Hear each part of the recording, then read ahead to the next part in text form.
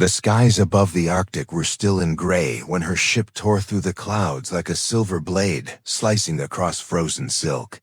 The snow below rose in spirals as the vessel touched down near a weather-worn ridge where jagged ice met endless. White she emerged from the ship, tall and cold-eyed. Her skin shimmered like obsidian under a violet sun. Her armor was etched with symbols of conquest and fear. This was Kale of the Velari, the youngest and fiercest predator of her caste, and she had come to conquer what she believed was an abandoned primitive planet, the final point of her solo hunt, a rite of passage for her kind, who saw all others as lesser prey. She stood for a moment, scanning the horizon, her senses reached far and wide. Her breath slow and controlled, no signs of complex life, no communication signals, no immediate threat. The mission seemed beneath her skill. The rumors of Earth being sealed long ago felt exaggerated to her, a relic from the past carried forward in fear. But Kale never feared. Her only hunger was for challenge, for proof that she was unmatched, and here on this quiet, frozen world she expected nothing more than silence, and perhaps a few weak creatures hiding beneath snow and ice. But then something flickered on her sensor, a heat signature, not natural, not animal. It pulsed with a steady rhythm too precise for wildlife. She adjusted her vision to infrared and followed it, her boots pressed deep into the snow as she crossed the landscape. Her mind focused, her hands ready, each footstep bringing her closer to the unknown. She moved across the ridge and looked down at the source, a strange structure half buried in snow-steel walls, reinforced with makeshift shielding and old-world panels. Humming faintly with power, something old but alive, she descended quickly, approaching with caution until the door opened without warning, and a voice spoke, not in panic, not in fear, but with calm amusement. The voice said, "Come inside before your toes freeze off." She froze, not because of fear, but because of the casual tone behind the words. No one had ever spoken to her like that, not on any world, not in any system. Yet the voice was human, and it came from the one inside. She entered, her eyes adjusting to dim light's walls, lined with old technology repurposed with clever hands and strange detail. And there he was, a man alone, standing by a small fire, eating a bowl of stew. His clothes patched and simple, his eyes dark and unreadable. He didn't reach for a weapon, didn't show alarm, didn't back away. Instead, he looked at her as if he had been expecting someone for a long time, and now they had finally arrived. Kale introduced herself, as was Velari, custom stating her rank and purpose, but he didn't bow or flinch or show the respect that was expected. Instead, he looked her over, shrugged, and asked if she wanted some food, as if her armor and reputation meant nothing. His name was Rick, and he said it like it was just a sound, not a title, not a threat, just a part of the air around him. Kale refused the food and stood ready, her mind scanning for threats, his systems, his signals, his intent, but none of it made sense. He had no real weapons, no ship, no visible means of defense yet. He had detected her landing and had opened his door before she could breach it herself. When she demanded to know how he wasn't afraid, he smiled and said, "Because you're not the first monster I've seen up close." That answer landed like a silent strike, and for a moment she hesitated. It was not the strength of his body that unsettled her. It was the way he spoke, as if she were not above him. Not stronger, not more dangerous, but equal, or perhaps even less. Kale tried to push further, launching a mental probe into his mind using the training that had subdued minds across galaxies. But Rick's thoughts were like a fog, dense and ungraspable, layered in memories. Too complex, too twisted to follow. It was like stepping into a storm without walls, and in that storm, she saw flashes of fire, crumbling cities, metal beasts roaring across battlefields, and humans who did not fall even when consumed by fire. She pulled back, confused, not because of resistance, but because she had never felt something so cold and old. His mind was not empty, it was buried in centuries of chaos, survival, pain, and something even deeper, a silence that waits for something to stir. Rick offered her a chair, said, "There's no point in standing like a statue. If you're going to be here a while." She didn't sit at first. She paced, tried to read the room, searched for traps, for surveillance, for anything That explained how a human could be this composed, but there was nothing. He had built this place alone. Lived in it for years, surrounded by cold and silence, and machines that worked better than anything her own people had built in field labs. She asked him why he was here alone, and he told her Earth was sealed for a reason, locked away, not just to keep others out, but to keep what's inside from waking again. He said it with the tone of someone who had seen that door open before, and did not wish to see it again. Kale watched him closely, tried to understand, tried to find weakness, but saw none. His body was lean but not weak, his hands marked by years of work, his gaze steady and sharp, and most terrifying of all, his voice never changed. No matter what she threatened or said, he never raised it, never begged or fought. He simply existed like a stone in a river, unmoved by the storm around him. Night fell outside, snow danced in the wind, and still they spoke or sat in silence. Sometimes she asked questions about Earth, about war, about how a single man had managed to survive in a place like this, and each time Rick gave her an answer that was both too simple and too deep. He spoke of things not taught in Velari war schools, things like spite, defiance, instinct, and madness, things that lived not in muscle or mind, but in the bones of a species that once looked at stars, not with wonder, but with ambition to conquer even the darkness. Kale thought she had come to hunt, but now she felt like the one being studied, measured not by weapons or strength, but by something else, something ancient, something human. And as the fire cracked between them and the wind howled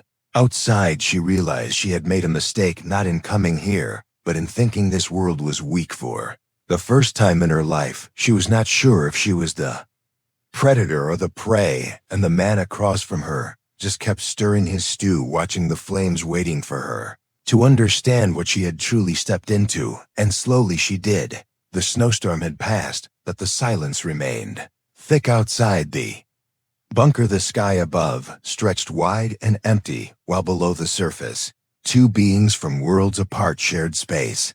Without trust or fear, only a strange stillness that hung between them, like the edge of a knife. Kale wandered through the structure with quiet steps, studying the machines arranged in purposeful disorder, pipes running along the wall, screens flickering with old datacode patterns, unlike anything taught in Velari Academy's, wires coiled like vines along the floor, carrying life to every room, not with perfection, but with stubborn brilliance. Rick remained in the central chamber, seated on a cracked chair, watching a flickering monitor while sipping from a chipped mug, as if this alien presence in his home was nothing more than a passing storm. She had not attacked, but she had not lowered her guard either, though her armor remained sealed. Her eyes moved, constantly noting everything from the pressure valves to the flow of heat across the walls, and still nothing made sense, because this place should have fallen apart long ago, yet it lived, it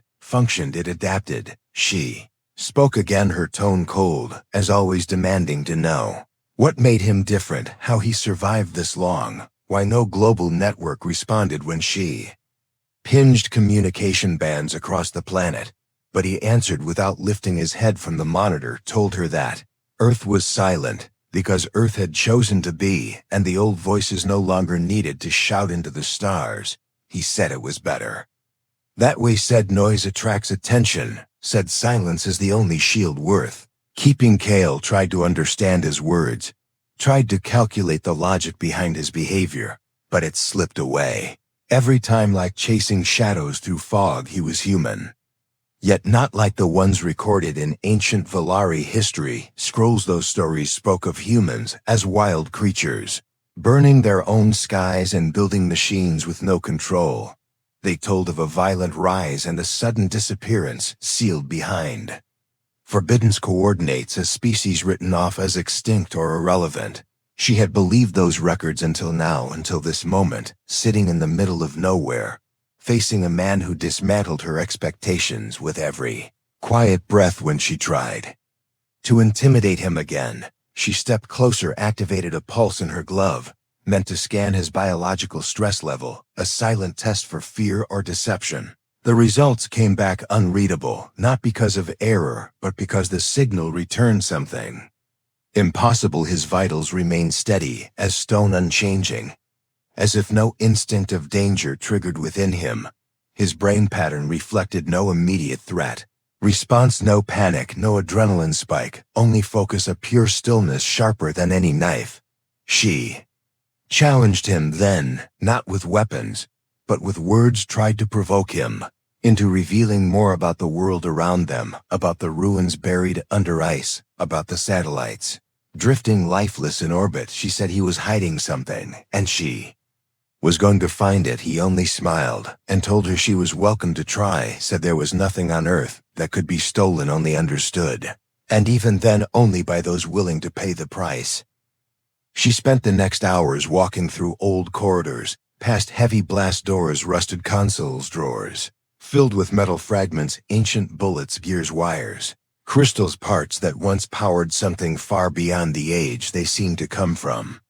Yet Rick had made them work again. Built reactors from broken systems, designed software that could rebuild itself, coded defenses with layers. She couldn't even untangle. His knowledge was not based on any known school or galactic standard. It was raw, crafted by survival and necessity, and guided by an intelligence that refused to decay. Attempted another method. She activated her memory archive, projected holograms of her kind's most advanced tech, shared glimpses of the Velari fleet of weapons that shattered moons of cities swallowed by clouds of nanite swarms. But he didn't flinch, didn't ask questions, he just watched calmly. And then he pointed to a small box under his desk, said that thing in there could shut down every ship in her fleet, if she dared call them, and when she reached for it, the box was already locked behind steel layered in radiation coils that hummed with old-world power, something ancient, something human, something she did not understand. She started to doubt her mission, started to wonder if coming here was not a test for her skills, but a trap not set by machines, but by something older than her empire, something that waited behind walls of ice and stories long buried. When she asked Rick again how he had built everything alone, he finally turned to her, his voice calm but heavy, and said he did not build all of it alone. Said pieces were left behind by those who came before him, and they had left warnings written in scars across the earth. Said he had simply learned how to listen. Kale sat down finally, her body motionless but her mind racing. She watched him lean back and adjust the satellite panel with the ease of someone who had done it 1,000 times. She asked him why he stayed in such a place alone, and he said it was not loneliness that kept him here, but duty. Said someone had to be the last door, someone had to make sure the rest of the galaxy forgot what this place truly was. She felt the truth in his words like cold air on skin, like the hum of a distant weapon. She knew when someone was bluffing, when someone spoke out of fear or pride. But Rick spoke with the weight of something real, something lived, something carried for longer than a single lifetime. That night, Kale couldn't sleep. Her ship systems were silent, but her thoughts were not. She replayed every word, every image, every moment since landing, and still she could not find the edge.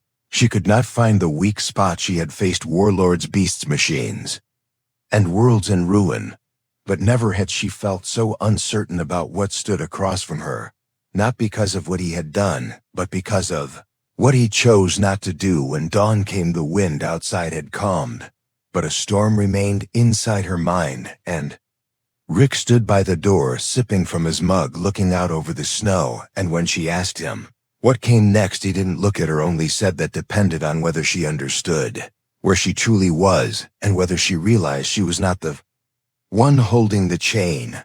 The morning light shimmered against the ice as the sun's pale rays touched the metal hull of Kale's ship. She stood outside beside her vessel, her gaze fixed on the horizon, where clouds moved like slow beasts crawling across the sky. Her fingers moved across her gauntlet, accessing frequencies, scanning the air, searching for a channel that had not been blocked or silenced. She activated her long-range beacon, tried to connect with the nearest Velari scout ship. The response was empty at first, a soft static that whispered through the wind. Then came the ping, distant, faint, but real. She uploaded a coded message, sent a signal requesting assistance, not because she needed help, but because she wanted backup, wanted to understand The full scale of this place, and what else might be hiding beneath the frozen earth.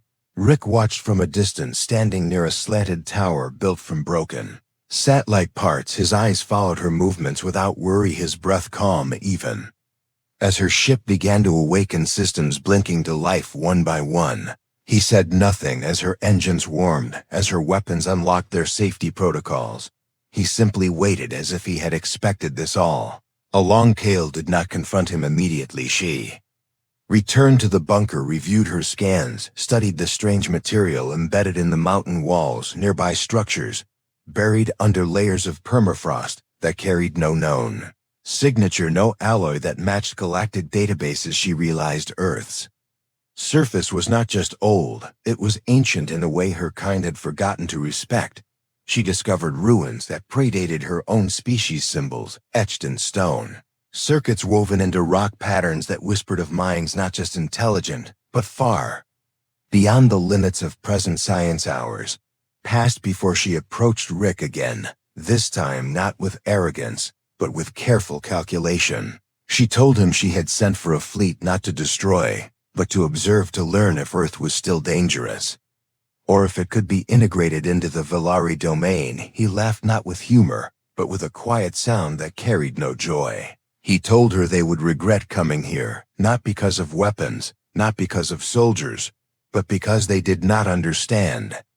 The thing they would wake. She asked what that meant, asked what he was hiding. He told her nothing was hidden, everything was right in front of her, if she chose to see it, but that most never did. They arrived thinking they were at the top of a long chain, thinking they would conquer or consume, but they never looked down, never noticed the weight of the silence below their feet. Kale pushed him harder, demanded answers, her voice sharper, now her stance ready. She had never been dismissed this way, never been spoken to, as if she was still learning what power truly meant. So she acted, she moved fast, her gauntlet flaring with energy, aimed to disable him, not kill him, a warning, a show of dominance.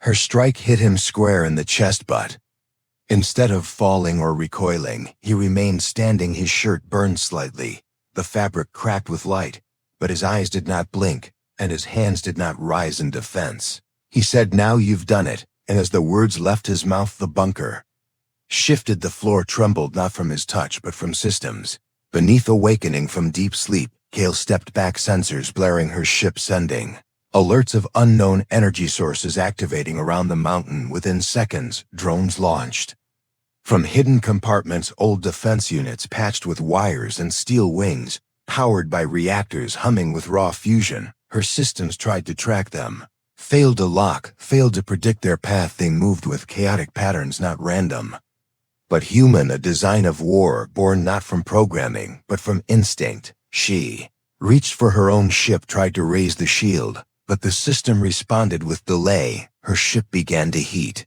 From within, not from attack, but from interference. Waves of scrambled code invaded her controls, commands rewritten mid-flight, safety fails disabled, her engines cut out one by one. She had never seen this before, had never known a human could override Velari tech with nothing but scraps and willpower. Rick walked past her, then moved slowly toward her vessel, placed a single device beneath the hull, a small cube, pulsing red. Not a bomb, not a tracker, but something else, a key, maybe a virus or something older. She moved to stop him, but stopped herself. Because in that moment, she realized something had changed. This was no longer a test of strength or speed. This was a battlefield of minds, and his had already surrounded hers. The fleet arrived hours later, ships descending through cloud and snow, weapons-armed, scanners wide open. But as they approached Earth's atmosphere, they began to lose power, not from damage, but from confusion. Their systems read false locations, saw friendly targets as enemies, detected weather that did not exist there. Ships drifted one by one, losing formation, losing purpose. The commander ordered retreat before damage became loss, before reality broke completely. Watched in silence, her eyes reflecting the dark sky, her pride shaken, not by defeat, but by understanding.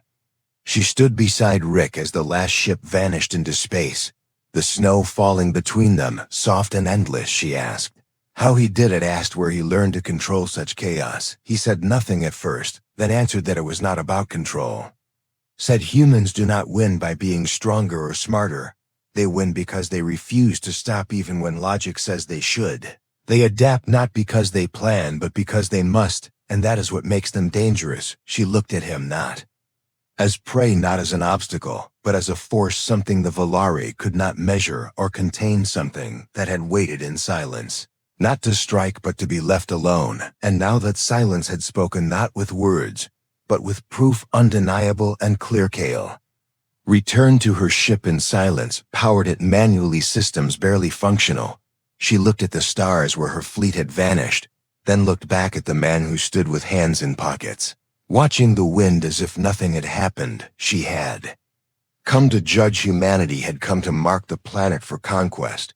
But what she found was not a forgotten world, it was a warning, and she was no longer sure who the warning was for. Cold wind moved across the frozen hills, carrying with it the silence of something ancient, something older than empires and deeper than war. Kale stood outside her ship, her breath forming soft clouds in the air, her mind trapped in a storm of doubt and realization. She had witnessed the impossible, had watched her fleet disbanded without a single shot fired, had seen her systems collapse against technology that should not exist, yet somehow thrived in the hands of a man who lived in the ruins of his own world. Rick sat inside once again, next to his fire, watching the flames flicker, as if they carried answers hidden in the movement of ash and smoke. He said nothing as she entered, only nodded toward the chair across from him. She took it without speaking, her gaze fixed on the wall behind him, where maps were drawn not of cities or nations, but of scars, deep lines carved into the earth, places circled in red, places with no names, only symbols and notes that whispered of battles erased from history. Kale wanted to ask everything, but found herself unable to form the right questions. The truth felt too large to speak, too heavy for words. Her training had not prepared her for this. Her mind had not been shaped to understand silence that carried weight, or stillness that held threat. Rick finally spoke, not with pride or challenge, but with quiet purpose. He said, Earth had not been sealed because it was weak or forgotten. It had been sealed because long ago the universe realized what lived here was not safe to set free. She asked who made that choice, who had the power to lock away a planet, and how they succeeded. He told her it was not one empire, not one race. It was a collective decision born from fear. Said there had been a time when humans had reached beyond the solar system, when ships burned across the void, when colonies rose on planets too harsh for life, and yet somehow survived. Said they had not only adapted, but had begun to change the rules around them, rewriting what was possible, breaking limits others had accepted for centuries. She asked why they stopped, why they disappeared, why Earth had gone quiet. If they were so powerful, he told her, they didn't disappear, they were forced into silence. Said that one day all transmissions ended, not because of defeat, but because of agreement. Said the stars were not ready to handle what humans had become, so a line was drawn not by choice but by necessity. He said humans were locked behind it, not with chains but with memory loss, records erased, histories rewritten. Earth faded into myth until only rumors remained. Kale struggled to process this, her hands curled into fists beneath the table, not out of anger, but confusion. She had believed her people to be unmatched, believed their legacy to be the sharpest blade in the galaxy, yet here was proof that they were not first nor greatest, but only next in a line of civilizations that rose and feared what they found at the end of the path. She asked why Rick remained, why he had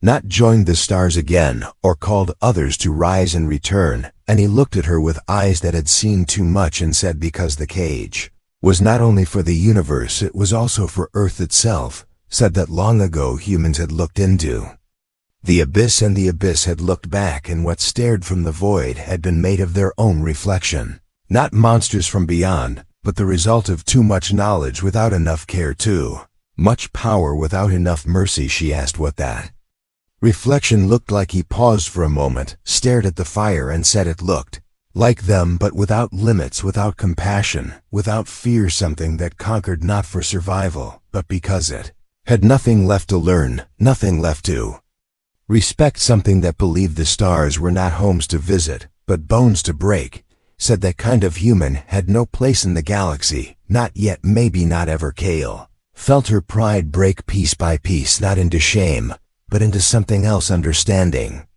Perhaps, or maybe a distant grief for all the things she had never questioned. She realized now why her mental probes had failed, why his thoughts had been unreachable, not because of mental strength, but because of depth. His mind was not a fortress. It was a tomb, a place where things had been buried, things too dangerous to name, too sharp to forget. Rick stood, then walked toward a small vault in the far corner, unlocked it with a quiet motion, and pulled out an old device. It was small, flat-shaped, like a book with a single button on the front. He placed it on the table and told her that if pressed, it would send a signal, not to Earth, but to something far beyond it, something that had been watching and waiting, something that remembered and had not forgiven. She asked why he showed it to her, and he said because she had earned the truth, and now she must decide what to do with it. Told her she had two paths. One was to return to her people, lie, say Earth held nothing worth their time, keep the secret locked, protect the silence. The other was to reveal everything, call down the stars, break the seal, and unleash whatever came next. He did not beg or plead, only watched and waited. Kale stared at the device, felt the weight of the choice stretch across her shoulders, heavier than any battle she had fought. The stars called to her pride, whispered that she could be the one to uncover a power no other, Valari, had known, that her name could be remembered for generations as the one who opened the last sealed world.